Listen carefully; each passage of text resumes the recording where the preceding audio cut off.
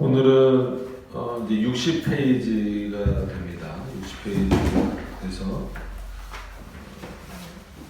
칭의에 대한 부분을 조금 더 살펴보겠습니다. 그래서 이제 김광세 교수님 번역하신 부분으로는 그리스도는 복음의 기초 이렇게 표현되어져 있는 부분인데, 일반적으로는 그냥 칭의가 이어지는 어떤 율법의 그 기능들을 지나서 칭의가 계속해서 이어지는 내용으로 되기 때문에 저희들은 칭의 쪽으로 좀 연결을 해서 보도록 하겠습니다. 기도하고 함께 나누시도록 하겠습니다. 하나님, 이 시간에도 저희들 함께 또 모였습니다. 주께서 도우시고 인도하여 주셔서 육신의 피곤함은 감춰주시고 하나님의 은혜를 통하여 이 시간에도 또 이 기독교 강의의 내용을 통하여서 하나님의 뜻을 잘 살펴갈 수 있도록 인도하여 주시옵소서. 예수님 이름으로 기도드립니다. 아멘. 자, 일단 그리스도는 복음의 기초란 말이 당연히 틀린 말은 아닙니다. 이거를 기독론 중심이다 아니면 구속사 중심이다 이렇게 표현하시면 안 돼요. 그리스도가 복음의 기초다라고 하는 부분에 있어서는 우리가 당연히 그렇게 쓸 수 있습니다. 그러나 이제 영어 원문에도 그렇고 이제 보통 칭의가 계속 이어지는 내용으로 표현을 하기 때문에 저희도 이제 칭의 부분에 포함을 시켜서 좀 보고자 한다라는 의미입니다. 34번 그러니까 문항부터 좀 보시면 됩니다. 34번부터 보시면, 자, 이러한 문제들이 만약 지나간 시대에 제대로 서술되었더라면, 특히 이제 율법의 기능들 그리고 이제 칭의와 같은 내용들이 그렇게 되었더라면 이처럼 많은 소란과 잡음은 결코 일어나지 않았을 것이다.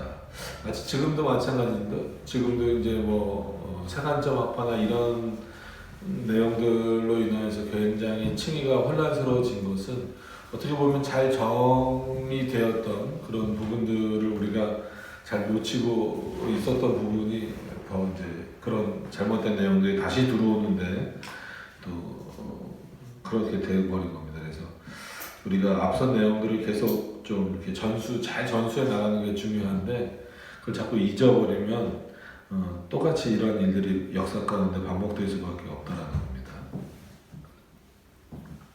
자, 그래서 바울은 고린도전서 3장 10절에서 기독교 교리를 세울 때 자기가 닦아둔 터를 잘 지켜야 한다고 말하고 있습니다.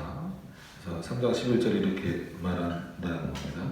이 닦아둔 것 외에 능히 다른 터를 닦아둘 자가 없으니 이 터는 곧 예수 그리스도라. 그래서 예수 그리스도께서 말씀하신 그 내용이 어떤 그 복음의 기초로서 그 역할을 잘 하고 있는가를 기독교 교리를 세우는 데 있어서 굉장히 중요하게 봐야 된다라고 하는 겁니다. 자, 그러면 이 기초는 어떠한 성격의 것인가? 예수 그리스도가 우리 구원의 시작이시고 우리로 하여금 공로를 쌓을 기회를 허락해 주심으로써 우리에게 길을 열어주셨다는 것인가입니다. 공로를 쌓을 기회를 허락해 주심으로써 우리에게 길을 열어주셨다가 아니라 주셨다는 것인가? 마치 물어보듯 하는 거죠. 결코 그렇지 않다라는 거예요. 이게 이제 공로 자체를 부정하는 거죠. 그러니까 인간이 하는 행위를 부정하는 게 아닙니다. 인간이 어떤 행위를 한다고 하더라도 그게 우리의 공로로, 즉 인간의 공로로 돌아올 수 있느냐에 있어서 그 인간에게 돌아올 수 없다라고 지금 말하고 있는 거거든요. 그런 부분들을 이해하시면서 보셨으면 좋겠습니다. 왜냐하면 이는 도리어 영원전, 창세전에 그리스도 안에서 우리가 선택을 받았다는 뜻, 결코 우리 자신의 공로가 아니라 하나님의 기쁘신 뜻, 그 기쁘신 뜻에 따라서 선택을 받았다는 뜻입니다. 그죠? 그래서 여기 이제 많이 일반적으로 보는 양낙훈 교수님이 번역하신 내용에서도 그 기쁘신 뜻대로 영원전부터 그리스도 안에서 우리를 택하셨다는 것이다. 그래서 이제 우리 입장에서는 이거를 이제 어떤 예정론이라고 부르나요? 물론 이중 예정이지만 도르트를 기준으로 봤을 때는 예지 예정이 아니라 예정 예지입니다. 예지 예정과 예정 예지는 달라요. 그러니까 참 어려운 게 하나님의 속성으로 놓고 보면 예정이나 예지나 뭘 앞에 놓는다라고 말할 수가 없어요. 그럼에도 불구하고 그러니까 이 예정론에 있어서는 하나님이 미리 아신 자들을 예정하셨다라는 것보다도 미리 정하셨기 때문에 그 자들을 아시는 방식으로 이렇게 구원하시는 그런 표현이 조금 더 우리에게 이제 중요한 내용은, 왜냐하면 미리 아셨다라는 의미가 당연히 그 안에는 이제 예정하셨다, 택하셨다 이런 의미가 다 있지만, 어떻게 사람들이 이 예지 예정을 많이 써서 오해를 시키냐면, 하나님은 어떤 조건을 정하셔서 그 조건에 들어올 자들을 구원하기로 선택하셨다라는 거예요. 아니면 누가 이렇게 구원받을 대상인 것처럼, 그러니까 예를 들어서 누구누구가 믿을 것을 미리 아셨다, 이 정도에서 예지를 쓰고 있어요. 그러니까 이게 문제라는 거예요. 그렇기 때문에 예지 예정이 잘못된 표현이라는 겁니다. 그러니까 원칙적으로는 하나님이 예지하셨다나 예정하셨다나 같은 의미로 받아들여야 될 수준이지만, 우리가 이제 보통 쓸 때 예지 예정을 쓰는 사람들은 그렇게 쓴다는 거예요. 믿을 것을 보고 예정하셨다, 이렇게 가는. 그러니까 결국은 인간의 행위, 인간의 공로 이런 게 이제 기준점이 되기 때문에 잘못됐다라고 표현하는 거예요. 그래서 아르미니안주의가 가지고 있는 예정론이 예지 예정입니다. 그러니까 우리는 예정 예지, 굳이 이제 표현을 하면 예정 예정, 그러니까 하나님이 정하시고 아신다라고 하는 그런 방식인 거죠. 자, 그거는 이제 에베소서 1장 4절 5절을 참고해 보시면 되고, 그리스도의 죽으심으로 말미암아 우리가 죽음의 저주로부터 구속되었고 멸망으로부터 벗어나게 되었다라. 그러니까 여기서부터 그리스도가 아니고는 벗어날 게 아무것도 없어요. 그러니까 우리 스스로가 죽음의 저주로부터 우리가 스스로 벗어날 수 있나요? 멸망으로부터 우리가 스스로 벗어날 수 있나요? 안 된다라는 거예요. 그리스도로만 된다라는 거예요. 그러니까 그리스도와 함께도 아니에요. 그리스도만이 그 일을 하실 수 있는 거예요. 자, 그리스도 안에서 우리가 아버지에 의해 자녀와 상속자로 입양되었다는 뜻이다 라는 거죠. 그의 피로 말미암아 아버지와 성부를 말하는 거죠. 성부와 화목되었다는 뜻이다 라는 거죠. 다시금 그 관계가 회복되어졌다라는 거니까, 이런 표현이 이제 중보자적 그리스도의 표현에 들어가는 거죠. 또 아버지께서 그에게 우리의 보호를 맡기사 우리가 결코 망하거나 죽지 않는다는 것이다. 그는 거의 성경을 각주로 이렇게 보면,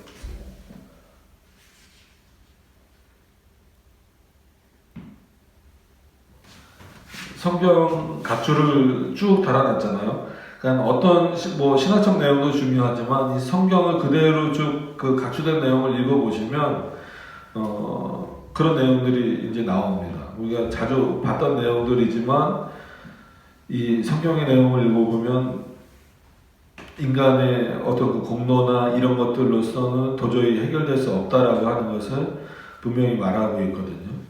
이 성경 각주를 잘 읽어보시길 바랍니다. 그래서 아버지께서 그에게 우리의 보호를 맡기사 결코 망하거나 죽지 않는다는 뜻이다라고 하는 것에 대해서 말하고 있고, 이렇게 우리는 그에게 접붙여져서 영원한 생명에 이미 어떤 식으로든 참여하고 있고 소망으로 말미암아 하나님의 나라에 들어갔다는 뜻이다 라는 거예요. 그러니까 아직 죽지 않았어도 그의 나라의 백성이 되었다라고 하는 거죠. 그리고 그리스도에게 접붙임 바 되었다라는 그 의미가 바로 이런 구원의 어떤 그 대상이 되었다라는 건데, 구원의 대상이 되었 그 원인이 이 세상을 살아가는 과정 가운데 있거나 아니면 뭐라고 할까요? 우리의 행위에 따라서가 절대 아니다라고 하는 겁니다. 그러니까 이런 내용들이 끊임없이 반복되는 것은 이게 이 당시에도 문제가 됐지만 어떤 면에서는 지금도 이런 내용들이 계속 문제가 돼요. 자, 이제 61페이지로 넘어와서 보시면, 그럼에도 불구하고 이 정도 내용으로도 부족하다. 좀 더 살펴보면 우리가 그에게 접붙임을 받았으므로 비록 우리 자신은 여전히 어리석다 해도 그가 하나님 앞에서 우리 지혜가 되신다. 그래서 우리는 죄인이지만 그가 우리의 의가 되신다라고 하는 겁니다. 우리는 부정하지만 그가 우리의 거룩함이 되신다. 그러니까 우리와 예수 그리스도를 비교하는 거잖아요. 그러니까 왜 이렇게 아주 극단적인 표현이 나오게 대조를 하냐면 실제로 그런 존재이기 때문에 우리 안에서 선한 것이나 아니면 구원을 행할 이룰 만한 것이 나올 수 있겠느냐라는 거예요. 어떤 것으로 어떤 차원으로 비교를 해봐도 안 된다는 거죠. 또 우리는 연약하여서 무방비 상태로 사단의 공격을 받고 있지만 그는 즉 예수 그리스도는 하늘과 땅의 권세를 갖고 계신 분이다라는 거죠. 우리를 위해 사단을 짓밟으시며 지옥문을 부수실 수 있는 분이다라고 하는. 그러니까 지옥문을 부수신다라고 해서 진짜로 지옥문 부숴서 거기서 뭐 하실 거예요? 그만큼의 권세를 갖고 계시다라는 의미죠. 우리는 여전히 죽을 몸을 이끌고 다니지만 그가 우리의 생명이 되신다라는 거죠. 그러니까 우리가 영원히 살게 된 것도 또 어떤 영생의 존재가 되는 것도 결국 그리스도로 말미암아 되는 것인데 그의 공로를 인정하지 않고 그와 뭔가 합력하여서 뭔가 이루어져 갈 수 있다라고 생각하는 것 자체는 굉장히 이런 차원에서 불경건한 그런 내용으로서 이제 보고 있는 거죠. 요약하면 그의 것이 모두 우리의 것이고 우리는 그 안에서 모든 것이며 우리 스스로는 아무것도 아니다라고 하는 거예요. 그의 것이 우리의 것이 되고 예수 그리스도의 것이 우리의 것이 된다는 것 자체가 은혜죠. 그러니까 하나님 예수 그리스도가 우리에게 의를 전가해 주시고 영원한 생명도 주시고 죄악 가운데서 건져내 주시고 또 자신과 같은 그 아들의 위치로 올려주시고 이런 은혜들이 우리에게 주어지고 있는데 그렇다고 해서 우리가 뭔가 된 것인 마냥 해서는 안 된다는 거예요. 그럼에도 불구하고 우리는 스스로 아무것도 할 수 없는 그런 존재, 아무것도 아니다라는 거예요. 만일 우리가 주님을 위한 거룩한 성전으로 자라기를 원한다면, 그죠? 오전에 마치 이스라엘 백성들이 회복돼서 황무지 같은 땅에서 건축을 하듯이 오늘 칼빈이 이런 표현을 쓰잖아요. 너희가 주님의 거룩한 성전으로 자라나길 원한다면, 즉 잘 건축되어지길 원한다면 우리는 이 기초 위에, 즉 그리스도라고 하는 그 기초 위에 복음의 기초 위에 세워지는 것이 옳지 거기서부터 벗어난 다른 복음, 예수 그리스도가 기초가 되지 않는 다른 복음, 인간이 공로가 되거나 인간의 행위가 중심이 되는 그 복음의 그 내용의 기초를 세우고 쓰면은 그 거룩한 성전으로 나아갈 수 없다라고 하는 겁니다. 물론 일단 이 기초가 놓였다면 그 다음부터는 지혜로운 건축자들이 그 위에 건물을 세운다는 거죠. 이는 만약 가르침이나 권면이 필요하다면 그들은 이렇게 권면할 것이기 때문이다 라고 하면서 이제 요한일서와 베드로전서 4장 그 다음에 디모데전서 2장 이런 내용들을 쭉 말하고 있는 겁니다. 그래서 결국은 하나님의 말씀이 기초가 되고 결국은 그 말씀 위에 말씀을 쌓는 방식, 계속해서 하나님의 말씀이 쌓여져 가는 방식이 우리가 온전히 성전으로 이렇게 성장해 가는 과정이고 거룩해져 가는 과정이다라고 하는 것을 기억을 하셔야 돼요. 그래서 이런 부분들을 우리가 성화라고 표현을 할 수 있지만 얼마든지 또 칭이라는 부분에서도 우리가 의롭게 되었다라는 부분에서도 충분히 이런 표현들을 할 수 있다라고 하는 겁니다. 잊어버려서도 안 되고. 자, 35절로 넘어가서 보시면 하지만 이 모든 것을 한마디로 말하고자 한다면 그리스도는 이러한 제자들 곧 자기를 부인하고 자기 십자가를 지고 그리스도를 따르는 제자들을 원하신다는 사실을 밝히면 된다. 그러니까 예수 그리스도가 그러니까 우리가 어떻게 예수 그리스도의 모습을 따라가고 또 예수 그리스도의 성전으로서 하나님의 성전으로서 성장해 갈 수 있습니까? 라고 묻는다면 이렇게 답을 해주라는 거죠. 그러면 자기를 부인하고 자기 십자가를 지고 그리스도를 따랐던 제자들의 모습을 보여주면 된다는 거예요. 자, 자기를 부인한 사람은 더 이상 자기의 것을 추구하지 않으려고 모든 악의 뿌리를 잘라내버린 사람이다. 그러니까 이게 참 쉽지는 않다라는 거예요. 문장 한 문장인 것 같지만 결코 그렇게 쉬운 부분은 아니죠. 자기를 부인한 사람은, 그러니까 자기 부정의 내용이 나오는 건데, 자기 부정은 단순히 늘 말씀드리지만 가난하게 살아야 된다, 세상으로부터 문을 닫아야 된다, 이것을 잘 이해하셔야 돼요. 그러니까 일상생활을 포기하라 이런 내용은 절대 아닙니다. 그러니까 세상이 주는 유익에만 머물러서 하나님이 그것을 주실 때도 그 주시는 것에만 머물러 있으면은 안 된다라고 하는 거죠. 하나님 그걸 왜 주셨을까에 대한 깊은 사고가 있지 않으면, 생각이 있지 않으면 결코 자기 부인은 일어날 수 없다라는 거죠. 그래서 더 이상 자기 것을 추구하지 않으려고 모든 악의 뿌리를 잘라내버린다. 자기 안에서 악한 본성이 있는, 여전히 남아있는 우리 안에서 그 일을 잘라내버린다는 것은 눈에 보이는 것도 귀로 듣는 것도 다 막으려고 한다는 거예요.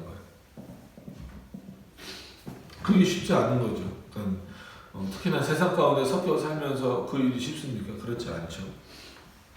왜냐면 이런 일을, 악의 뿌리를 잘라내버리려고 하다 보면 사회에서 고립될 수도 있고, 친구 관계가 어그러질 수도 있고, 심지어 가족 관계에서도 틀어질 수 있는 그런 문제들이 다 있는데, 그것을 다 감수하면서 까지도 이 일을 감당하려고 한다라고 하는 것은 그렇게 그래서 신앙을 지키는 것은 그런 차원에서 되게 어려워요.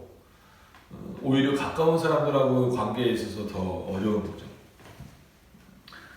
자기 십자가를 진 사람은 모든 것을 인내와 온유로 대할 각오를 한 사람이다. 그런 거죠. 여기서 그래서 인내와 온유도 결국 우리 안에서 생겨날 수는 없는 거잖아요. 하나님이 주시는 은혜로 말미암아 가능한 거니까. 그리고 우리가 튤립 교리 중에서 마지막 교리 성도의 견인도 보통 이 견인을 이렇게 마치 이렇게 그 레카차가 끌고 가는 것처럼 이해를 하는 경우가 많은데, 오히려 성도의 인내입니다. 인내. 거기서 말하는 견인은. 그래서 분명히 하나님이 이끄신다는 의미가 있어요. 그럼 어떤 자들을 이끄신다라고 했을 때 참고 잘 인내하는 자들. 그러니까 여기서 이제 또 주객이 전달해서 그러니까 우리가 그냥 하나님 없이 참고 잘 인내하면 하나님은 그때 우리를 이끌어 주시겠지. 그것이 아니라 하나님의 은혜가 있는 자들이 이 땅에서 인내할 수 있고 온유할 수 있다라는 거예요. 하나님이 또 그 자들에게 은혜를 더하여 주셔서 또 이끌어 가신다는 거죠. 그러니까 늘 이 주객이 전도되면 안 되는 방식을 잘 이해를 하셔야 됩니다. 자, 그런데 그리스도의 모범은 이것뿐 아니라 경건 및 거룩에 속한 모든 다른 의무까지도 포함하고 있다라고 하는 거예요. 그렇죠. 그러니까 예수 그리스도가 보여주신 모범 안에는 경건의 내용도 있고 거룩에 속한 모든 다른 의무들. 그러니까 결국은 하나님 앞에서의 거룩을 추구해 나가는 그런 모든 내용들까지 다 포함되어져 있다는 거죠. 그래서 그는 성부께 자기를 드려, 그러니까 성자의 입장에서 자기를 드려 죽기까지 복종하셨다라고 하는 겁니다. 그는 하나님의 일을 완성하시는 일에 온전히 매진하셨다. 예수 그리스도는 아버지의 영광을 가슴 전체로 호흡하고 계신다. 예수 그리스도는 자기 목숨을 형제들을 위해 내놓으셨다. 또 예수 그리스도는 자기 원수도 선대하셨으며 그들을 위하여 기도하셨다. 또 우리에게 위로가 필요하다면 다음과 같은 말씀이 놀라운 위로를 준다 하면서 이제 고린도후서 4장 8절에서 10절 말씀 이런 내용들을 보여주시는 거죠. 이 말씀 읽어보면 답답한 일을 당하여도 낙심하지 아니하며 핍박을 받아도 버림받지 아니하며 거꾸로 트림을 당하여도 망하지 아니하고 우리가 항상 예수 죽인 것을 몸에 짊어짐은 예수의 생명도 우리 몸에 나타나게 하려 함이니라. 그리고 디모데후서 2장의 내용도 우리가 주와 함께 죽었으면 또한 함께 살 것이요 참으면 또한 함께 왕노릇 할 것이요 이렇게 쭉 나오면서 자기 부인이 어떤 것인지 자기 부정이 어떤 것인지에 대한 그런 내용들이 나오고 있다라고 하는 겁니다.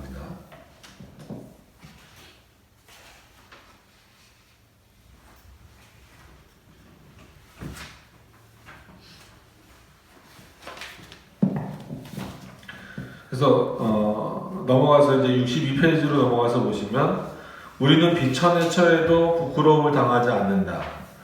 우리가 그의 고난에 참여하여 그의 모습을 닮으려 하는 이유는 다음과 같다 하면서 이제 로마서 8장 29절 내용을 이제 말하고 있죠. 하나님이 미리 아신 자들로 또한 이거를 이제 예지로 해석하는 분들이 있어요. 근데 그렇게 보시면 안 됩니다. 하나님이 미리 아신다라고 하는 것을 문맥상, 그러니까 문자상으로 보면 미리 아신다니까 예지네 이렇게 생각할 수도 있지만 이거는 그럼 왜 미리 아시느냐라고 했을 때는 하나님이 작정하고 계시니까 예정하셨기 때문에 미리 아신다. 그러니까 예정하지 않으신 자들은 모르시냐 그렇지 않습니다. 그 예정 가운데는 선택과 유기, 우리 이중 예정이다라고 늘 말씀을 드리니까 그래서 여기서 하나님이 미리 아신 자들은 당연히 택자들이겠죠. 그런 차원에서 단순히 예제를 표현하는 게 아니라 택자들을 말하는 것이다로 이해를 하셔야 돼요. 그래서 하나님이 미리 아신 자들을 또한 그 아들의 형상을 본받게 하기 위하여 미리 정하셨으니 이는 그로 많은 형제 중에 맏아들이 되게 하려 하십니다. 이게 이제 이거를 풀이하다 보니까 우리가 결국 어떤 존재가 되냐면 그리스도와 같은 존재가 된다 이렇게까지도 표현을 하는 거예요. 그러니까 그리스도와 같은 존재가 된다라고 해서 마치 그리스도처럼 되는 것처럼 이렇게 동격이 되는 것처럼 이해하시면 안 됩니다. 그러니까 우리의 신분의 변화가 그 정도로 높아지고 하나님의 자녀, 그러니까 이제 여기서 이제 구원의 서정으로 말하면 양자됨이 들어가겠죠. 양자됨에 해당되는 그런 부분으로서 이해를 하셔야 되는 겁니다.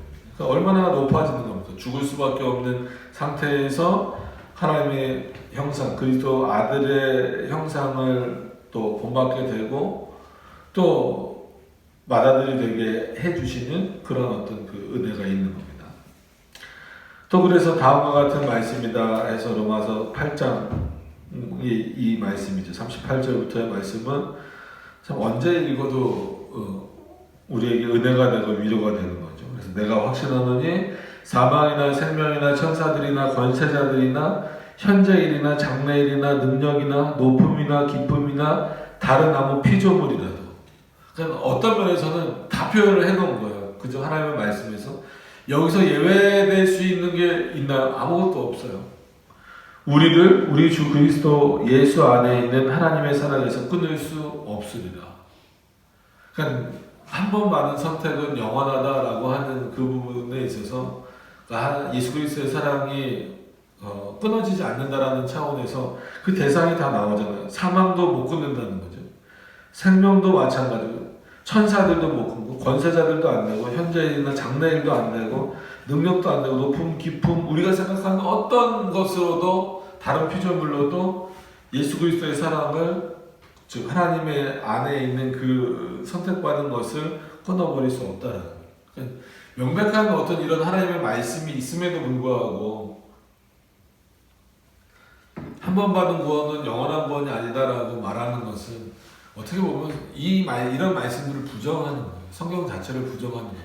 그래서 그런 차원에서 우리가 로마 가톨릭을 중세시대 때는 적그리스도 지금도 마찬가지입니다. 그렇게 표현하는 이유가 여기 있는 거, 이런 데 있는 겁니다. 그러면서 칼빈이 계속 이어서 뭐라고 말하냐면요. 우리는 하나님 앞에서 사람을 행위로 의롭다 하지 않는다. 이게 그때나 지금은 참 중요한 부분이에요.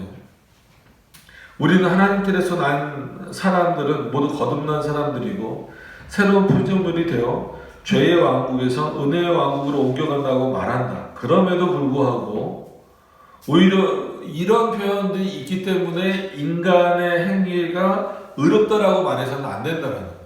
인간 스스로가 이런 데로 옮겨갈 수가 없고 이런 어떤 것들을 취할 수 없기 때문에 그들은 이러한 증거를 통해 자기의 부르심을 굳게 하며 마치 나무처럼 열매로 판단을 받게 된다라고 하는 거예요. 그러니까 이런 내용들이 오히려 우리를 더 굳세게 만드는 그리고 더 분명하게 구원에 대한 확신이나 이런 부분들을 얻게 만드는 증거 구절이고 증거 내용임에도 불구하고 많은 사람들이 오히려 이런 내용들을 부담스러워하는 거예요. 그럼 인간은 뭐지? 그럼 우리가 하는 행위는 뭐지? 자꾸 이 사고에 빠지다 보니까 하나님이 우리를 택하여 주셨고 인도하셨다라는 것에 대해서 그게 얼마나 큰 은혜인지를 깊게 생각하지 못하는 거죠. 아니면 부정하거나 이런 내용들이 너무 많습니다.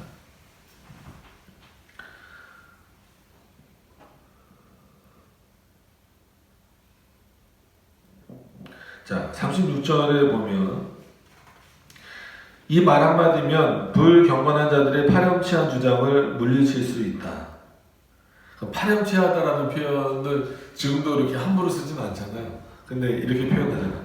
그들은 우리를 비난하기를 우리가 사람들의 모든 노력을 정죄함으로써 선행의 중요성을 부인한다고 한다. 그러니까 그렇게 말한다라는 거예요. 너네가 그러니까는 인간의 행위를 부정하면 그거는 선행 자체를 부정하는 거다 라고 말한다라는 거죠. 근데 그렇지 않다라는 거죠. 우리가 값없는 죄 용서에 대해 가르침으로써 죄 용서를 너무 쉽게 얻을 수 있는 것으로 만든다는 것이다 라는 거죠. 또 그렇지 않아도 사람들에게는 자기 스스로 죄를 짓는 성향이 상당히 강한데 이런 미끼를 사용해서 그들을 죄를 짓도록 유혹한다라고 말하는 거예요. 이거는 지금 거꾸로 칼빈이 갖고 있는 사고를 비판하는 사람들이 이렇게 주장을 하는 거예요. 첫 번째는 뭐라고요? 선행의 중요성을 부정하게 만든다. 그리고 두 번째로는 죄 용서를 너무 쉽게 얻는 것처럼 표현한다. 왜냐하면 너희가 얻는 게 아니야. 너희 노력으로 얻는 게 아니야. 이렇게 표현을 하니까 그렇다라는 거예요. 그리고 죄를 짓는 성향을 갖게 만드는 미끼로 사용하게 된다라는 거죠. 그리고 또 우리가 사람은 행위로 칭의를 얻지 못하고 구원을 얻지도 못한다고 가르치는 것은 선행을 하고자 하는 사람들의 열심을 식어버리게 만드는 거예요. 이게 이제 지금도 예정론이나 이런 걸 말할 때마다 나오는 반론은 그러면은 전도할 필요 없네. 전도하는 사람들에게 그 열정을 확 식게 만드는 표현이다. 이렇게 자꾸 말을 하는데 오히려 더 그렇지 않죠. 근데 앞에서 말했던 것처럼 이런 내용들을 더 확고하게 안다면 하나님의 말씀을 더 열심히 증거할 수밖에 없는 거지. 이게 열심히 쉽게 만드는 행위가 되지 않는다라는 겁니다. 선행을 하고자 하는 사람들의 열심을 쉽게 하는 것이고 또 내가 말하지만 이러한 모든 비난은 아까 내가 한 말 한마디면 충분히 반박할 수 있다.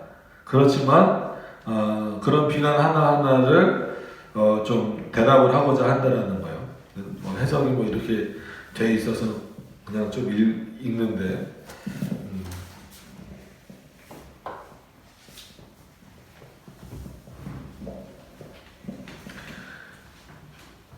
여기를 한번 이 양학경 교수님이 번역하신 부분을 좀 읽어드릴게요. 36절 같은 부분인데 들으시면 됩니다. 그들은 우리가 인간들에 의해 모든 선행의 추구를 정죄할 때 우리가 선행을 폐기한다고 비난하며 우리가 사죄는 값없는 것이라고 말할 때 너무 쉬운 사죄를 설교한다고 비난하며 이러한 유혹에 의해 이미 자기 스스로 죄로 기울어져 있는 자들을 유혹해서 범죄케 한다고 비난하며 우리가 사람은 행위나 공로에 의해 의롭다함을 얻지 못한다고 가르침으로써 사람들로 하여금 선행을 위한 열심에서 돌아서게 한다고 중상한다. 이게 조금 더 깔끔해 보이기는 하죠. 근데 같은 의미입니다. 근데 우리가 가지고 있는 책이 이거니까 63페이지로 넘어와서 보시면 이렇게 말한 것에 대하여서 칼빈이 조목조목 반박을 해 나가는 겁니다. 자, 우리는 선행의 가치를 부정하지 않는다. 마찬가지요. 웨스트민스터 신앙고백서에서도 선행장이 나오잖아요. 그런 것처럼 인간의 선행을 부정하진 않아요. 근데 그게 이제 어디가 주체가 돼서 나오느냐가 중요한 거거든요. 도리어 선행이 하나님께로서 비롯되었고 또 하나님이 연락하시는 것이므로 하나님께 돌려드려야 한다는 사실을 인정한다. 이게 다르다라는 거예요. 아니야, 우리는 선행을 부정하지 않아. 왜 인간의 공로를 인정하지 않는다라고 해서 그게 선행을 부정하는 거라고 말을 하는 거예요. 그거는 선행을 부정하는 게 아니라 오히려 그 선행을 우리는 인정하고 그 대신에 그 선행이 어디로부터 왔다? 하나님으로부터 온 것이기 때문에 다시 하나님께 그 선행의 영광을 돌려드리는 것이 합당하다라고 말하는 것. 그렇기 때문에 이것은 어떻게 해야 되는 거예요? 선행은 더 열심히 해야 된다라는 거죠. 그래서 바울은 이것을 하나님의 성령의 열매라고까지 부르는데 우리가 더 열심히 해야 될 부분이 이제 내 공로가 되지 않는다라고 해서 인간의 공로가 되지 않는다라고 해서 마치 이거는 부정되어지는 것처럼 표현하는 것은 오히려 더 하나님의 말씀을 왜곡하는 것이다라는 거죠. 그 선행을 더 열심히 함으로 말미암아 어떻게 해야 된다라는 거예요? 하나님께 영광 돌리고 하나님이 일하고 계시고 살아계시는구나라고 하는 것을 더 드러나게 된다라는 거예요. 그런 차원에서 우리도 성령의 열매를 열심히 맺어가야 됩니다. 성령의 열매를 열심히 맺어가야 되는데 늘 말씀드리지만 그게 우리의 공로가 되면 안 된다는 거예요. 우리의 자랑거리가 되고 우리의 보상 심리를 자극해서는 안 된다는 거예요. 내가 이거만큼 했는데 내가 이 정도 했는데 왜 안 주십니까? 라는 논리로 자꾸 넘어가면 안 된다는 거예요. 그게 인간의 본성이기 때문에 어쩔 수 없어요. 그래서 한편으로는 이 교육도요, 모든 부분이 다 마찬가지지만 교육도 너무 세상에다가만 맡겨놓으면 안 됩니다. 그러니까 세상의 교육은 어쩔 수 없이 알미니안주의적이고 인간 중심적일 수밖에 없어요. 그래서 하나님의 말씀 안에서 그 하나님의 말씀이 주체가 돼서 이렇게 진행되어지는 어떤 그런 훈련들이 교육들이 반드시 이루어져야 돼요. 그렇지 않으면 이 성령의 열매도 마치 성령의 열매라는 것 자체라는 표현에서도 우리가 가질 수 있는 게 아니란 말이에요. 하나님 것이지. 근데 그걸 우리가 가지려고 하니까 우리의 것이라고 인정받길 원하니까. 그러니까 그걸 알려줘야 되는 거예요. 예를 들어서 저희 애들한테 제가 예를 들어서 뭐 용돈을 주고 싶어요. 근데 그냥 줄 수 있죠. 뭐 10,000원이건 뭐 1,000원이건 5,000원이건 그냥 줄 수 있어요. 근데 교육을 위해서 어떻게 보통 부모들 하나요? 뭐 아빠들 같은 경우는 뭐 아빠 구두를 닦으면 1,000원 줄게. 그래서 마치 어떻게 하게 만드는 거예요. 너가 일한 만큼 그것에 대한 보상을 받게 하는 거죠. 그게 잘못됐다라는 게 아니라 세상에서 그렇게 교육을 해서 아이들이 내가 일한 만큼 뭘 얻을 수 있구나. 근데 이 논리가 하나님께로 넘어오는 게 문제라는 거예요. 한 이것만 있다 보니까 이 논리가 세상에서 맞아요. 일해야 자기가 일한 만큼 벌고 그래서 기독교인들은 너무 불로소득에 그 관심을 기울여서는 안 된다라고 늘 말하는 게 그건 맞는 얘기입니다. 그러나 하나님과의 관계에서도 이럴 거라고 생각하면 안 돼요. 아까 초반에 말씀드렸던 것처럼 그 부모가 자녀에게 이미 주고 싶은 마음이 있어요. 잘 한번 이해를 해보세요. 주고 싶은 마음이 있어서 그냥 줘도 되는데 어떻게 주는 방식을 택하는 거냐면 이 아이가 뭔가를 해서 그 한 것에 대한 대가를 주는 것처럼 주는 방식으로 그 부모가 주기도 하잖아요. 그러니까 그거는 선물이라고 보통 표현을 안 하죠. 예를 들어서 애들이 좋아하는 게 장난감이라고 해보세요. 그럼 그 아이 뭐 생일날이든지 뭐 우리 어린이날이든지 이런 날은 그냥 선물이야 하고 사주잖아요. 그럼 이 아이가 받을 때는 나 아무것도 안 했는데 뭐 아빠가 좋아할 일 아무것도 안 했는데 그냥 선물 받았는데 왜 받았죠? 오늘 어린이날이니까 내 생일이니까. 근데 평상시에는 너 이거를 가지려면 그럼 이렇게 해. 뭐 책을 얼마나 읽어, 공부를 얼마 해, 아니면 뭐 아빠 구두를 얼마 닦고, 아니면 뭐 청소를 해, 아빠 차 세차를 해. 이렇게 조건을 걸잖아요. 근데 그 부모의 마음에서는 이미 자녀에게 뭘 해줄 마음이 있는 거예요. 이거를 줄 마음이 있는 거잖아요. 물론 안 하면 부모의 마음, 사람의 마음은 바뀌어서 안 주기도 하지만 하나님은 주시고자 하는 마음이 있을 때 그냥 진짜 말 그대로 선물로 주시는 방식을 쓰시기도 하고 때로는 또 어떤 면에서 대다수는 어떤 방식을 쓰시는 거예요? 마치 내가 이것을 받으려면 이 정도 해야 돼. 그럼 내가 이렇게 줄게라는 방식을 쓰시긴 하지만 이미 하나님은 주시고자 하는 마음이 있다라는 거예요. 그렇게 계획하셨고 정하셨다라는 거예요. 이거에 대해서 혼돈을 일으켜 버리니까 이런 결론이 나오는 거예요. 자, 그러므로 자랑하는 자는 주 안에서 자랑해야 한다라는 것입니다. 또한 우리는 그들처럼 선악의 공로를 하나님과 사람 사이 나누는 일을 하지 않는다. 그냥 거기까지 가는 거예요. 내가 이렇게 착한 일을 했으니까 아버지랑 나랑 나누는 거 아닙니까? 당당한 거예요. 당당한 거. 여러분들이 회사에 가서 아무 일을 안 했는데 돈을 받으면 왠지 찜찜할 것 같죠. 그죠? 좋을 수도 있지. 그냥 기분이 나 놀았는데 돈 주네? 이러면서 좋을 수도 있지만. 근데 여러분들이 뭐 회사든 아니면 뭐 직장이든 이런 데 가서 아니면 뭐 용돈을 받을 때도 마찬가지고 뭔가를 해서 정당하게 딱 받았다라고 생각하면 그때부터는 어떻게 당당해지잖아요. 세상에서 뭐 그렇게 사셔야 되는데 사람들이 하나님 앞에서도 그렇게 하고 있다는 거죠. 칼빈에게는 너네들처럼 말하면 선행은 너희의 공로로 돌려버리면 그러면서 하나님께도 돌려버리면 선행이라고 하는 행위를 가지고 이 정도는 하나님이 하신 거고 이 정도는 내가 한 겁니다. 이렇게 나와버린다는 거예요. 그러면 하나님의 은혜를 어떻게 설명할 것이고 진짜 하나님 앞에서 진짜 고개 빳빳이 드는 교만함으로만 가지 나는 충분히 이 정도 받을 일을 했다 이렇게 생각을 하지 그걸 하나님의 은혜로 생각하는 사람 누가 있겠느냐라는 오늘 그렇게 표현하는 겁니다. 선행의 공로를 하나님과 사람 사이 나누는 일로 하지 말아야 된다. 도리어 우리는 그것 전체를 온전히 통째로 주님께 돌려드려야 된다는 거예요. 선행을 하지 말라는 얘기가 아니라 즉 선행에 있어서 우리가 사람에게 돌릴 것은 오직 이것뿐이다.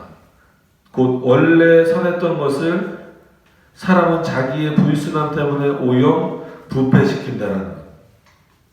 이는 사람이 아무리 완전하다 할지라도 사람에게서는 약간의 흠이라도 생겨 못쓰게 된 것이 나오는 법이 못쓰게 된 것이 아닌 것이 나오는 법이 절대 없기 때문이다. 그러니까 결국은 우리에게 남는 것은 이런 부패성밖에 없다라는 거죠. 그런데 이런 부패성을 덮기 위해서 하나님께 드려져야 될 것, 하나님께 드려져야 될 영광과 가치나 이런 것들을 우리가 가지려고 한다? 그래서는 안 된다는 거예요. 그러므로 주님은 인간의 행위 가운데 가장 선한 것이라도 심판하시게 되는 것입니다. 그러니까 우리의 모든 행위는 심판의 대상이지 어떤 공로나 은혜의 대상은 절대 아니라는 거죠. 주님은 거기서 당신의 의는 인정하실 것이고 사람에게는 부끄러움만 있음을 알려주실 것입니다. 그러니까 우리는 그런 존재니까 그래요. 근데 이게 인정이 안 되는 거예요. 사람들에게 있어서. 아니 왜 우리도 열심히 했는데 하나님만 다 의롭다고 하고 우리는 부패했다라고 그러니까 그게 싫은 거죠. 그게 싫은 게 인간의 본성이기 때문에 어쩔 수 없어요. 그래서 역사 가운데 개혁주의가 이렇게 확 펼쳐지지 못하는 것은 인간의 본성을 반하는 것이기 때문에 그래요.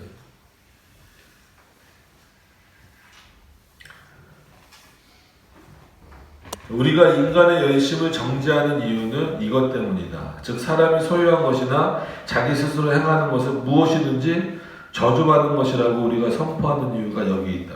본성적으로 우리는 악하기 때문에 그렇다라고 하는 겁니다. 자, 이뿐만 아니라 믿는 자들의 영혼은 우리의 가르침을 통해 특별한 위로를 얻어 세움을 입는데 우리의 가르침에 의하면 이 선행은 하나님이 그들에게 허락하셔서 그들의 선행이 된 것이다. 하나님이 허락하셔서 우리의 선행이 된 거예요. 우리는 본성적으로 생각하거나 행동하는 것은 어떻다는 거예요? 인간의 본성은 다 오염되고 부패되고 이런 거라고 합니다. 근데 왜 어떻게 우리 안에서 선행을 할 수 있냐면 하나님이 허락해 주셨기 때문에 우리가 선행을 해서 그게 결과적으로 성령의 열매로 맺어진다는 거예요. 그러면 하나님이 허락해 주신 부분을 싹 빼버리면 결국 뭐만 남냐는 거예요. 우리는 여전히 부패성만 남는데 어떻게 우리가 하나님이 우리에게 주신 은혜로 말미암아 그 선행을 했다라고 해서 그것이 내 것이 될 수 있냐는 거예요. 결국은 그 선행을 하도록 그 능력을 주시고 행할 마음과 어떤 내용들을 다 주신 하나님의 그 은혜의 내용들을 싹 걷어가 버리면 여전히 우리는 뭐만 남는데 부패한 것만 남아있는데 어떻게 하나님께 돌리지 않고 자기가 취할 수 있으며 하나님과 반반 나누자 이런 식으로 말할 수 있냐는 거예요. 불가능해요. 그럼에도 불구하고 선행을 행한 것에 대해서는 그 가치를 어떻게 해야 된다는 걸 인정해줘야 된다는 거예요. 이 구별점을 잘 이해하지 못하면 하나님의 은혜의 깊이를 확인하지 못하는 거죠. 자, 하나님이 그들에게 허락하셔서 그들의 선행이 된 것이다. 이 선행은 하나님이 허락하신 것이다. 그러므로 하나님이 기뻐 받으시는 것이죠. 그들이 이 선행을 통해 하나님을 기쁘시게 하는 것은 그들 자신의 공로 때문이 아니라 도리어 하나님의 선하심이 선행의 가치를 부여해 주었기 때문이다.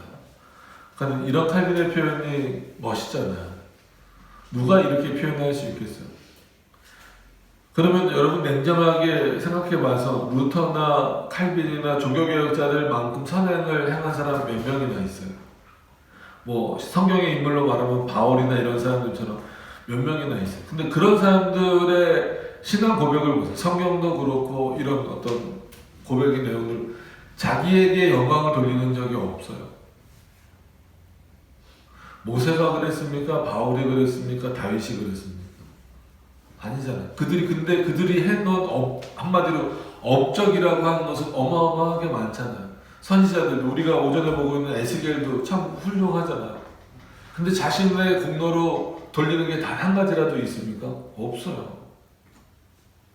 성경의 어떤 인물도, 그러니까 하나님 앞에 올바로 서 있는 어떤 인물도 자신에게 공로를 돌리는 것이 전혀 없어요.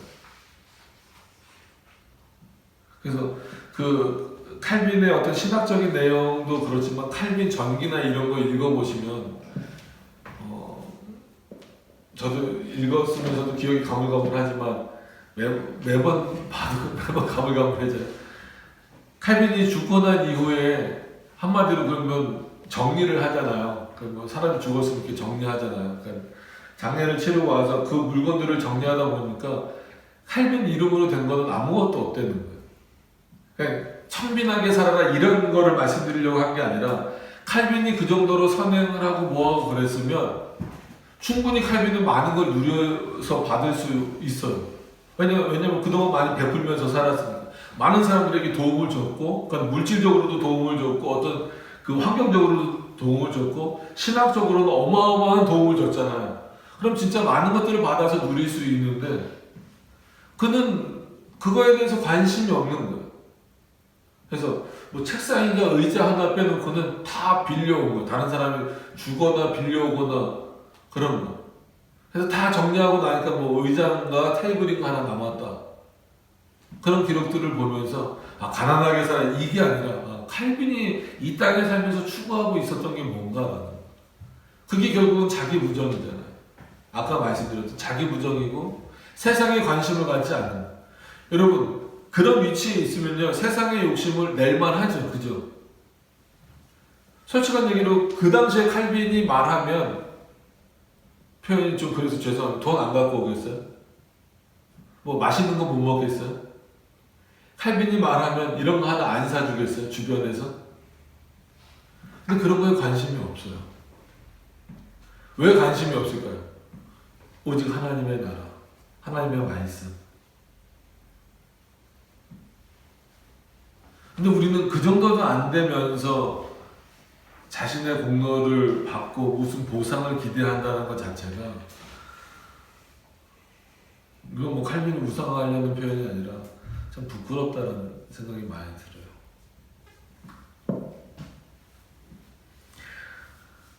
자, 그 이후에 계속 좀 읽어보겠습니다. 정말이지 우리는 아무도 믿음 없이 무슨 일을 시도하거나 시작하라는 요구를 하지 않는다.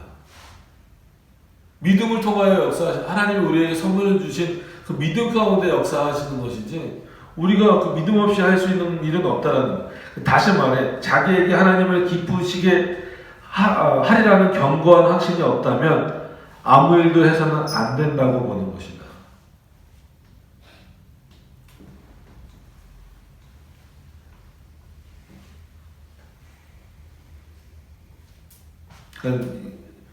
이렇게 표현되어 있습니다.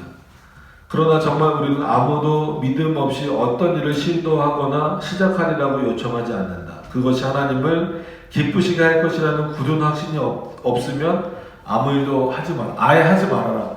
이게 하나님을 해드리는 일이다라고 생각하지 않고 이렇게 하면 하나님으로부터 뭔가를 받겠지 라는 사고를 갖고 있다면 그런 생각이라면 아예 그 일을 하지도 말라는 거예요. 정확한 표현이면서 멋진 표현이잖아요.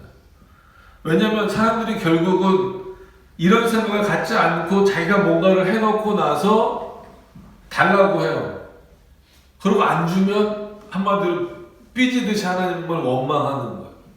이게 얼마나 불경건한 모습이냐는 거예요. 하나님이 언제 시켰느냐. 정말 믿음의 사람들은 하나님을 기쁘시게 해드리는 것 거기에만 목적을 두고 있지 그 외의 목적은 없다라는 거예요. 근데 수많은 사람들이 그 외의 목적을 갖고 있고 심지어 교회에서조차 그 외의 목적을 얻게 하기 위해서 마치 노력하라고 선행을 하라고 공로를 쌓으라고 말한다는 거예요. 이게 잘못됐다는 거죠. 자, 그럼에도 불구하고 저 불경건한 자들은 어떤 입장인가? 저들은 항상 선행이라는 말을 입에 달고 산다. 그죠?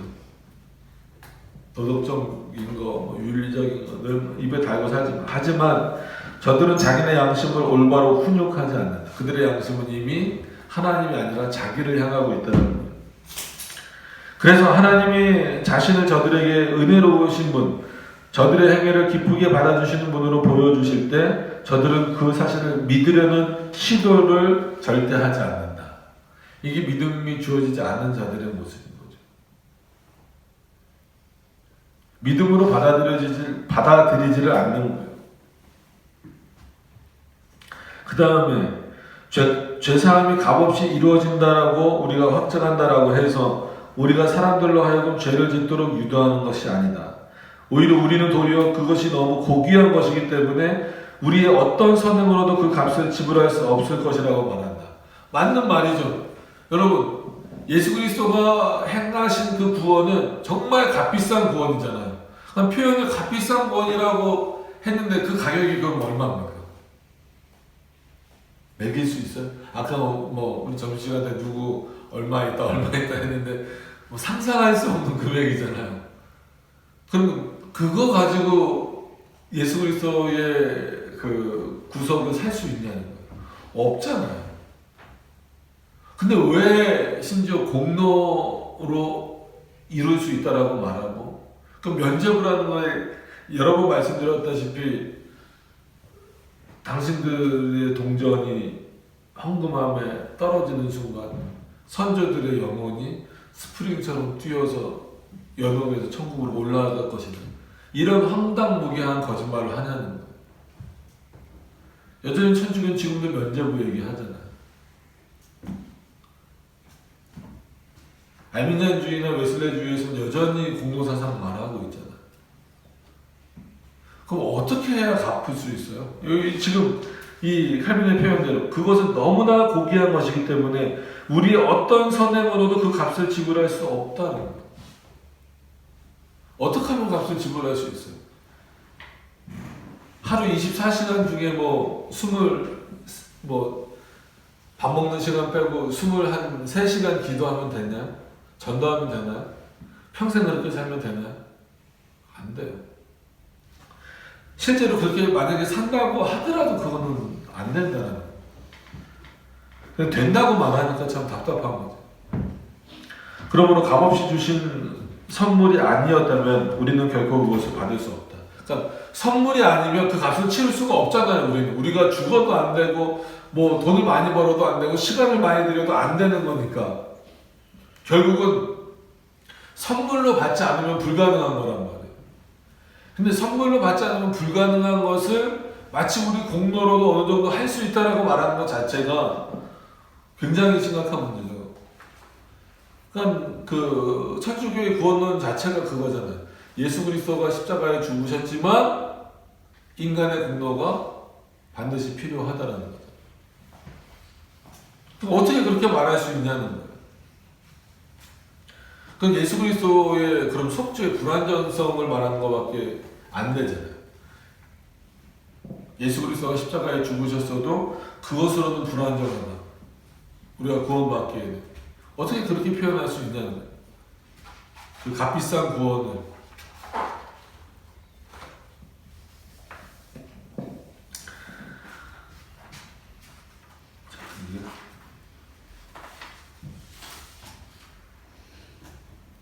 사도신경 해설 전까지 다 끝낼 수 있을려나 모르겠네.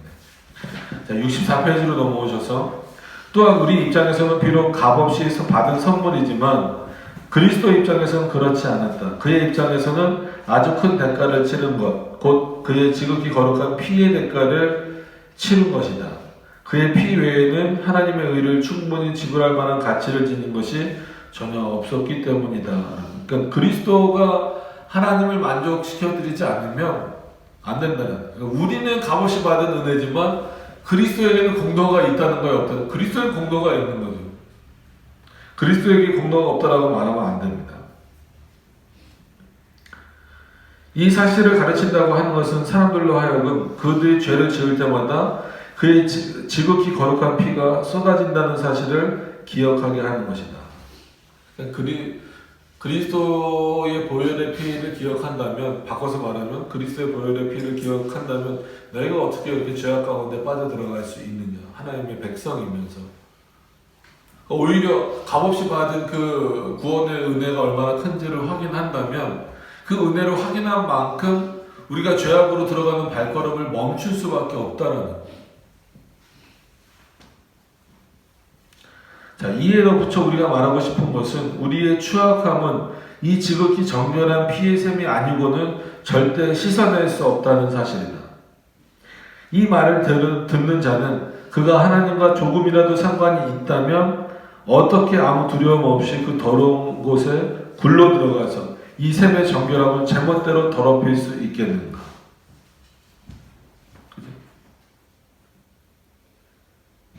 그러니까 그리스도의 보혈로 깨끗해져 있고 그 그리스도라고 하는 셈 안에 거하고 있다면, 그리고 그것을 인식하고 있고 믿고 있고 확신하고 있다면 어떻게 나를 더럽힐 수 있는 그런 어떤 세상의 내용들로, 그리고 비성경적인 내용들로 들어갈 수 있겠느냐?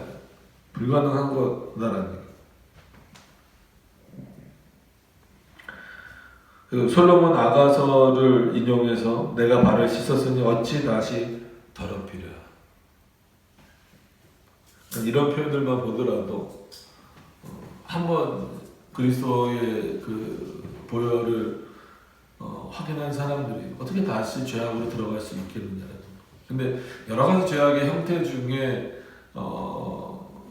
어떤 면에서는 이런 그 구속의 은혜를 이렇게 이해하지 않고 마치 자기에게 뭔가가 있는 것처럼 말하는 것이 이 물을 더럽히는 그 피의 그 씻음을 아무런 의미 없게 만들어버리는 그런 내용 중에 하나다라고 하는 거예요. 가장 큰 내용인 거는 똑같은 거죠.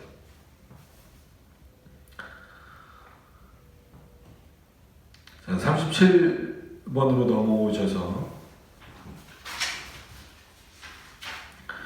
이제 어떤 사람들이 죄 용서를 싸구려로 만드는지가 명백해졌다라는 겁니다. 저들은 자기네의 하잘 것 없는 보속, 그러니까 어떤 대가죠, 대가, 그죠? 뭘 했을 때에 받는 대가, 하잘 것 없는 대가라는 거예요. 아주 미미한 것으로 그것을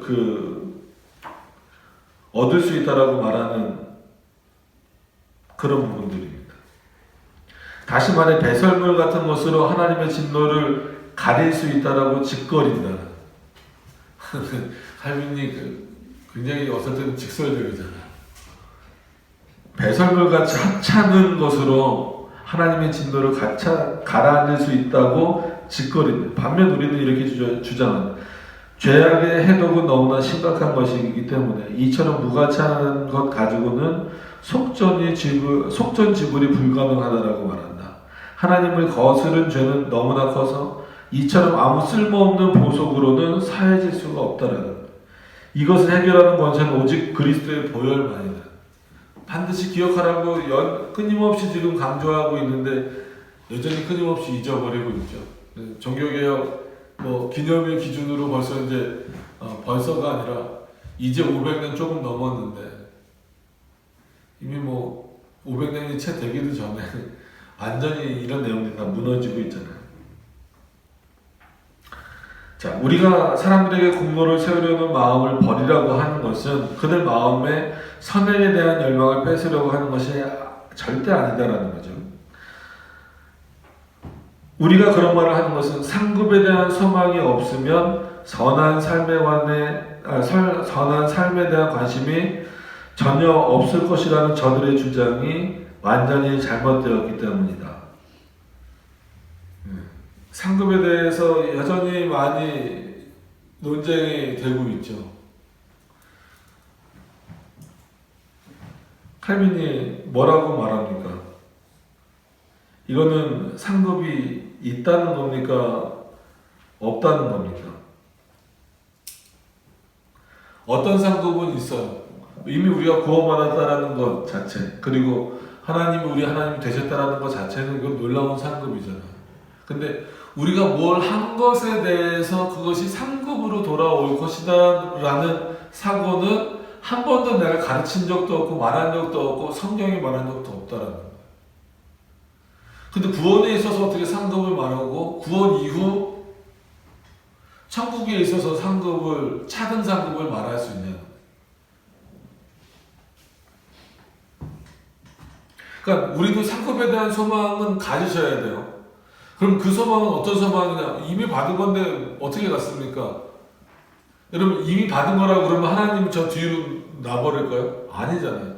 우리에게 지극히 큰 상급이 되시고 우리에게 구원자가 되신 예수 그리스도를 여전히 바라보고 소망하는 게 그 상급을 받은 자로서 올바로 살아가는 모습이죠. 그거를 뒤로 이렇게 던져버리면 이거를 상급처럼 취급하지 않는 거랑 똑같은 거예요. 그런 차원에서 우리의 상급이신 그리고 우리에게 상급을 주시는 그 하나님을 바라보면서 나가는 것은 여전히 우리가 이 땅에서 해야 될 일입니다.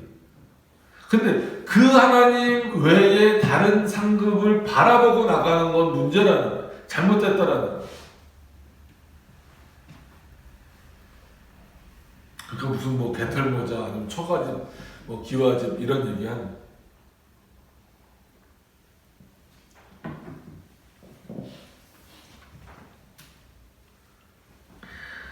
그 다음에 보세요. 정말이지 많은 사람들이 하나님을 섬기는 것이 오직 상급을 기대하기 때문이라면 그 다음 문장이 정말 무시무시합니다. 하나님을 위해 일하는 것이 장사 속으로 하는 것이라면 유익이 없을 것이다. 여러분 시간이 가지만 잠시만 보세요.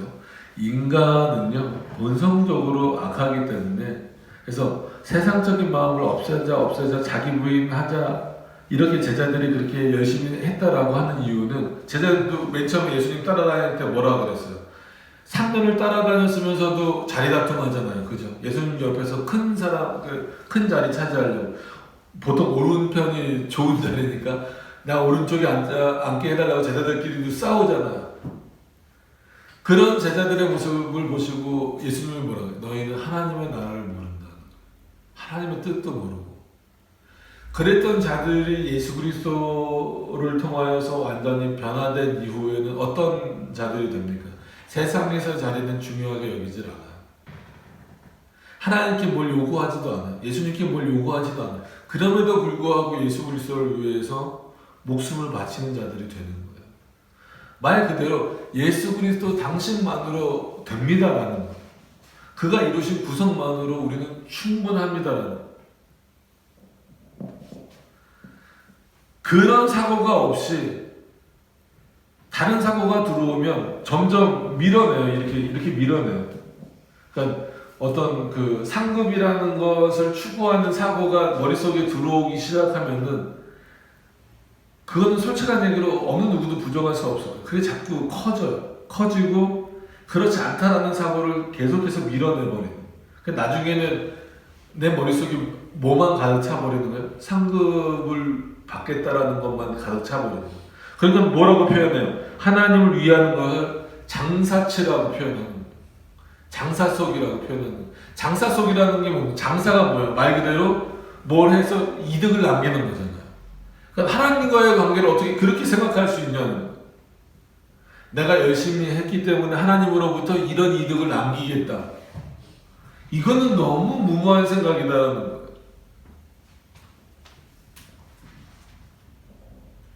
그래서 다시 한 번 더 읽어드리면 하나님을 위하는 그러니까는 만일 사람들이 하나님을 섬기는 것이 오직 상급을 기대하기 때문이라면 그냥 이게 잘못됐다는 거잖아요 지금. 근데 솔직히 많은 성도들이 상급 그러니까 구원 얻는 것도 중요하지만 상급을 얻으려고 애를 쓰잖아요. 천국 가서 더 좋게 살려고, 더 많은 것을 얻으려고, 아니면 이 땅에서도 무슨 보상을 받으려고 자꾸 원하잖아요. 근데 그것 때문이라면 하나님을 어떻게 섬기는 거라고요? 장사하는 것처럼 하나님을 섬기는 거라는 거예요.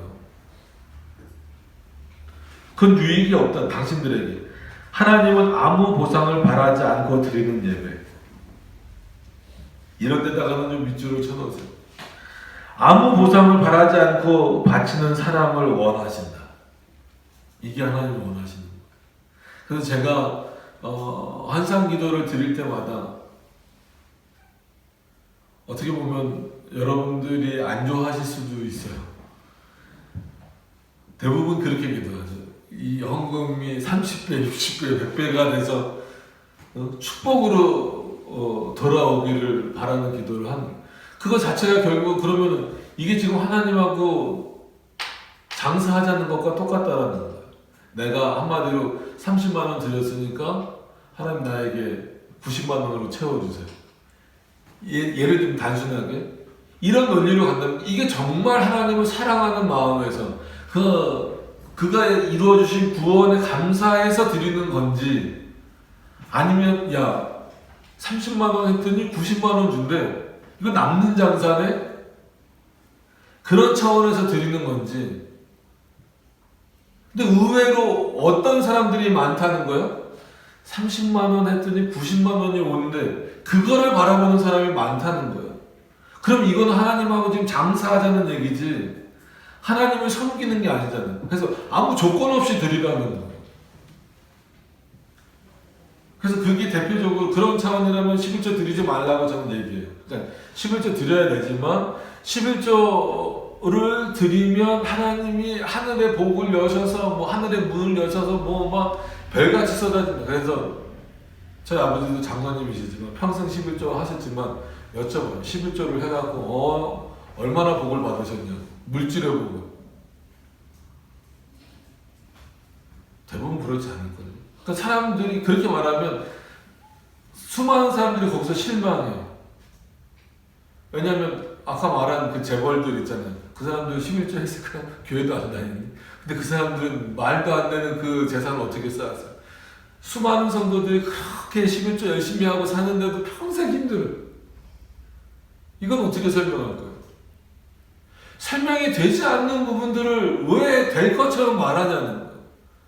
그래서 말라기 우리가 수요일날 살펴봤었잖아요. 말라기 그 부분은 하늘의 복이 얼마나 큰지, 하나님이 주시는 그 복이 얼마나 큰지에 대해서 설명하고 있는 부분은 너무 눈에 보이는 세상적인 걸로 확 낮춰버리는 거예요. 그렇게 생각하는 거예요. 정말 그런 마음에서 헌금을 드리는 거면 안 드리는 게 더 나아요. 신앙이 더 유익합니다. 시험이 안 들어요. 이미 어차피 안 드렸으니까. 오늘 말씀에도 보세요. 아무 보상을 바라지 않고 드리는 예배. 여러분 오늘 예배 드리면서 무슨 보상을 바라십니까? 오늘 예배 이렇게 잘 드렸으니까, 오후까지 이렇게 있었으니까 하나님이 나에게 뭘 주시겠지. 그런 보상을 바라지 말라는, 이거 우리가 예배 드리는 건 당연한 거지 보상거리가 아니다라는 거예요. 또 아무 보상을 바라지 않고 사랑을 바치는 사랑을 원하신 하나님은 상급을 받을 소망이 다 끊어졌음에도 불구하고 자기를 계속 섬기는 예배자를 옳다 인정하신다. 여러분 이런 표현에 좀 은혜를 받으셔야 돼요. 네? 동전이 떨어졌더니 선조들의 영혼이 뿅 하고 올라갔다 이런 거에 은혜 받는 게 아니라 상급을 받을 소망이 다 끊어졌음에도 불구하고 자기를 계속 섬기는 예배자를 옳다 인정하신다. 표면적으로 여러분 이 당시에 삶이 얼마나 힘들어요. 무슨 상급을 기대요. 살기 바빠 죽겠는데, 그죠?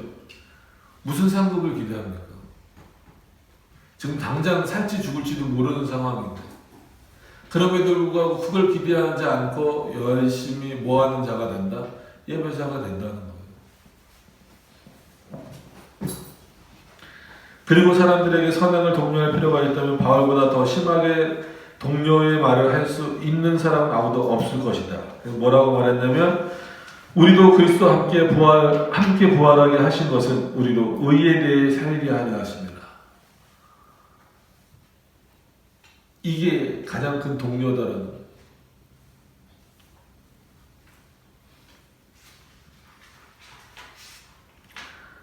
너희 몸을 하나님이 기뻐하시는 거룩한 산 제사로 드리라고 했다. 우리가 그리스도 안에서 한 몸이니만큼 서로 섬김을 통해 우리가 한 몸의 지체임을 증명하고 하라고 명했다. 우리 몸이 성령의 전이고 그리스도와 벨리알이 결코 조화될 수 없고 즉 사단이 조화될 수 없죠. 빛과 어두움이 사귈 수 없다고 말했다. 하나님의 뜻은 우리의 거룩함이므로 금지된 욕망은 상가라고 말하고 있다. 우리가 죄에게 종살이하는 데서 해방되는 것은 의에게 순종하기 위함이다. 그 의는 뭐예요? 예수 그리스도고 하나님의 말씀이라는 거예요. 그게 복음이라는 거예요. 사랑하라는 권면을 할 때 요한이 제시했던 것보다 더 강력한 논거를 우리는 과연 제시할 수 있는가? 4장 11절 그는 하나님이 이같이 우리를 사랑하셨은즉 우리도 서로 사랑하는 것이 마땅하다. 하나님이 이같이 우리를 사랑하신 것이 근거가 돼서 서로 사랑하라는 거예요. 이것보다 더 강력한 게 어딨냐는 거예요. 과연 우리가 하나님이 우리를 사랑한 것 같이 사랑할 수 있을까요? 그럼에도 불구하고 그렇게 하라는 거예요. 그러니까 우리 안에서 나올 수가 없어요. 이 사랑이라는 것조차도. 하나님의 자녀와 마귀의 자녀, 빛의 자녀와 어둠의 자녀가 구별되는 것은 그들이 사랑 안에 거하기 때문이다.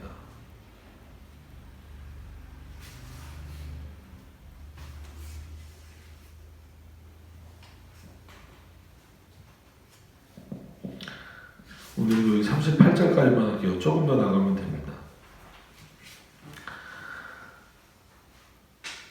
우리가 같은 사도에게 다음과 같은 말을 들을 때보다 더 강력하게 거룩함에 대해 도전을 과연 받을 수 있겠는가? 주를 향하여 이 소망을 가진 자마다 그의 깨끗하심과 같이 자기를 깨끗하게 하느니라. 자, 이는 그들의 하나님이 거룩하시기 때문이다.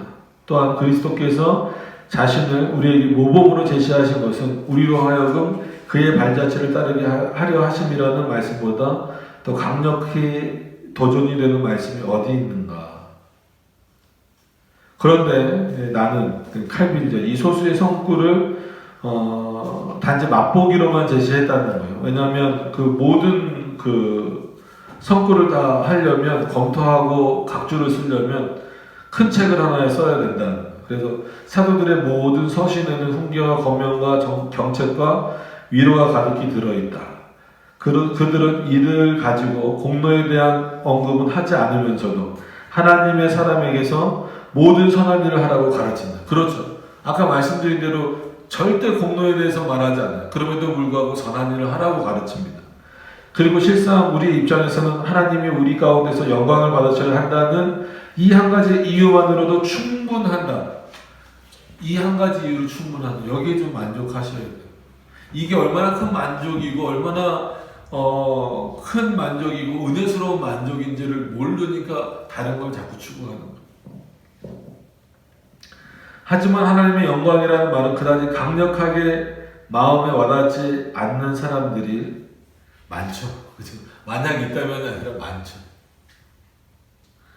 하나님의 은총에 대한 기억이 이런 사람들에게 선행을 독려하는 계기가 될 것이다. 그러나 그들은 공로를 강조함으로써 율법에 대한 모정의 노예적이고도 강요된 복종을 요구할 것이다. 그럼 이거는 공로를 강조하면 율법의 노예로 만들어 버린다는 거예요. 그렇잖아요. 율법이 마치 그런 방식이니까. 그래서 우리를 속여 말하기를 우리가 자기네와 같은 길을 가지 않기 때문에 우리에게는 선행을 독려할 방법이 전혀 없다고 말한다. 개혁주의자들을, 종교개혁자들을 이렇게 비난하고 있다는 거죠.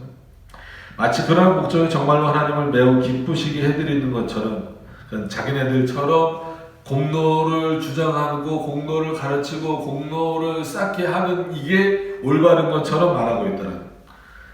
그러나 결코 하나님은 즐겨내는 자를 사랑하시며 무엇이든지 인색함으로나 억지로 바치는 것. 왜 그러냐면 여러분 공로를 쌓으려고 하면 나중에는 억지로 하게 돼요. 어쩔 수 없이 하게 돼요. 여러분 어쩔 수 없이 여기 예배드리러 오시면 안 됩니다. 억지로 예배드리러 오시면 안 돼요. 내가 이렇게 안 하면 안 되니까, 내가 이렇게 안 하면 안 될 것 같은 그런 마음으로가 아니라 자발적으로. 이건 헌금과 관련된 표현으로 보통 알고 있는 구절이지만 우리 전체를 하나님 앞에 드리는 차원에서 이 한 구절에서도 공로로 드리지 말라는 부분이라는 것. 자발적이다라고 하는 것은 기쁘고 즐거운 마음으로 뭔가 대가를 원하는 것이 아니라 그 하나님의 영광을 위해서만 드리라는 거예요. 억지로 드리지 말고. 오늘은 여기까지만 볼 텐데 다 우리가 알고 있으면서도 실천하기가 그렇게 쉽지 않은 내용들이에요. 그래서 우리가 쭉 읽어 나가면서 늘 뭐 매 시간 확인하는 내용들이지만 이런 내용을 우리가 살아갈 수 있을까? 그래서 결국은 하나님의 은혜를 구할 수밖에 없는 거예요. 왜냐하면 우리 안에서 이런 게 나올 수가 없잖아요. 하나님의 은혜가 없으면 우리는 하나님 앞에서도 하나님만으로 만족하지 못하고 하나님 외에 더 다른 것을 달라고 아니면 하나님으로부터 뭘 받기만을 원하는 그런 존재가 되어버리는 거예요. 근데 하나님으로부터 이미 우리가 충분히 받은 것에 대해서는 잘 기억을 못하는 거예요. 그러니까 선행은 반드시 해야 되지만 그것이 공로와 혼돈이 돼서는 안 된다라고 하는 것을 기억하셨으면 좋겠습니다.